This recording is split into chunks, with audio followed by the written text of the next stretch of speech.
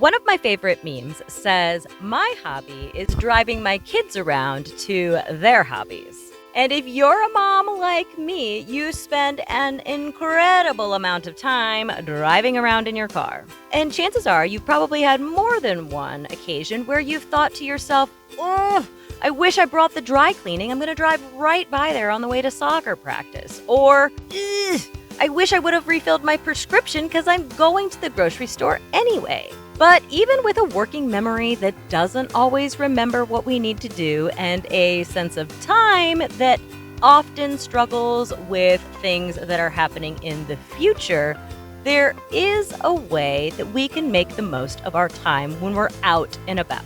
A little hack called errand stacking. One of my most favorite mom hacks to help you save time, energy, and money, especially with gas prices the way they are right now. Because it's much quicker, easier, and more cost-effective to do more than one thing when we're already going out, right? So let's talk errand stacking on today's episode of The ADHD Mompreneur. And really quick, before we dive into today's topic, I'd like to introduce myself in case you are new. My name is Christy Lingo, aka the ADHD Mompreneur, and I'm an executive function and accountability coach for ADHD mom business owners. My job is to help you take those big goals you have for work, family, and yourself and break them down into manageable pieces and then follow up with you to make sure that you are making progress. Think of it like a cheerleader helping you from behind the scenes so that you can see the success that you know is possible. I am also the author of the recently published 365 Days for ADHD Moms, a daily guide filled with practical tips, mindset shifts, and simple strategies to help ADHD moms manage time, energy, and overwhelm. From routines and transitions to meal planning and executive function support, this book offers realistic tools for navigating motherhood with ADHD. You can learn more about 365 Days for ADHD Moms or order your very own copy by visiting bit.ly/365 Days for ADHD Moms or by following the link in the show description. I don't know about you, but there are some days when it takes an enormous amount of effort to do even the simplest things, especially at the end of a busy work day and when we have evening activities. But here's the thing. It's not necessarily laziness or even exhaustion that makes running to the grocery store at 6 o'clock or dropping off that Amazon return an insurmountable task. In fact, seeing as task initiation, aka doing the darn thing, is an executive function, I would venture to guess that our errand running resistance comes down to that little neurotransmitter dopamine. Think about it. At the end of a long workday, you have probably spent all of your dopamine reserves solving problems and making decisions and managing your time and keeping your emotions in check. By the time 6 p.m. rolls around, your dopamine tank is running on fumes, which may not couple well with errand running, which requires executive functions like decision making to decide where you need to go, what you need to do, or what you need to pick up at the places you decide to go, or time management to figure out how much time you need, especially if you've got other commitments that night. You also need dopamine to start or switch any tasks that you want to do. And the fact that most errand running won't fall into the dopamine-inducing activity categories of new, exciting, fun, or different, it may be difficult to get your motivation going.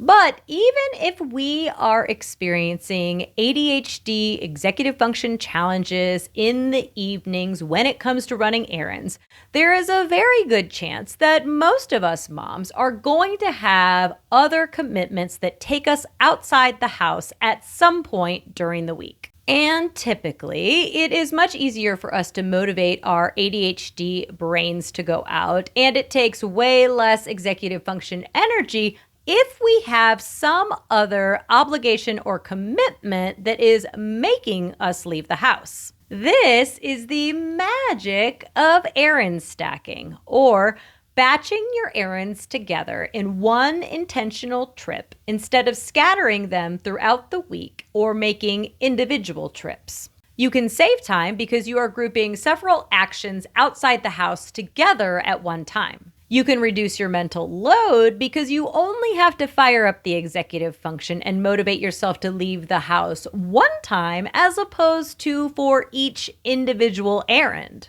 And seeing a list of where you need to go and what you need to do gives your brain a break from needing to remember all the different tasks on your to-do list. And just like it can be easier to pay several bills or send several emails because you're in the zone, grouping several errands together can minimize task transitions or context switching, which can be very exhausting for brains, especially ADHD ones. So how do you even get started with errand stacking? Well, as with most of the ADHD tips that I share, it begins with awareness. Awareness around what you do and what you need to do, awareness around where you go, and awareness around when you go there. To start, know where you need to go by making a list of the places that you run errands to on a regular basis.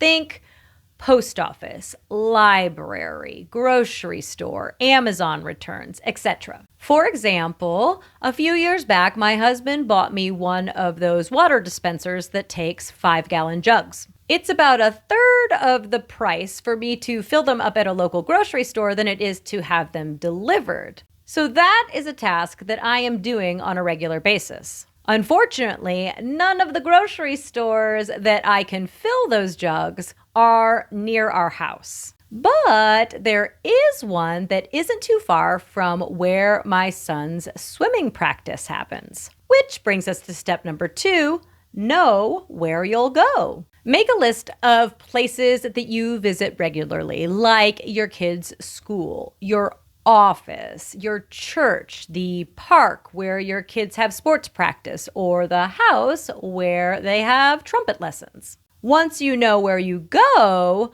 list the places that are near that location where you might regularly run an errand. An excellent ADHD tool for something like this would be making a mind map. And if you're unfamiliar, you start making a mind map by placing the overall goal in the center of the page. In our case, it would be errands to run. Then you make arms coming off the center for each of the places you regularly go. Then break those arms down into the places you may need to run an errand that may be nearby.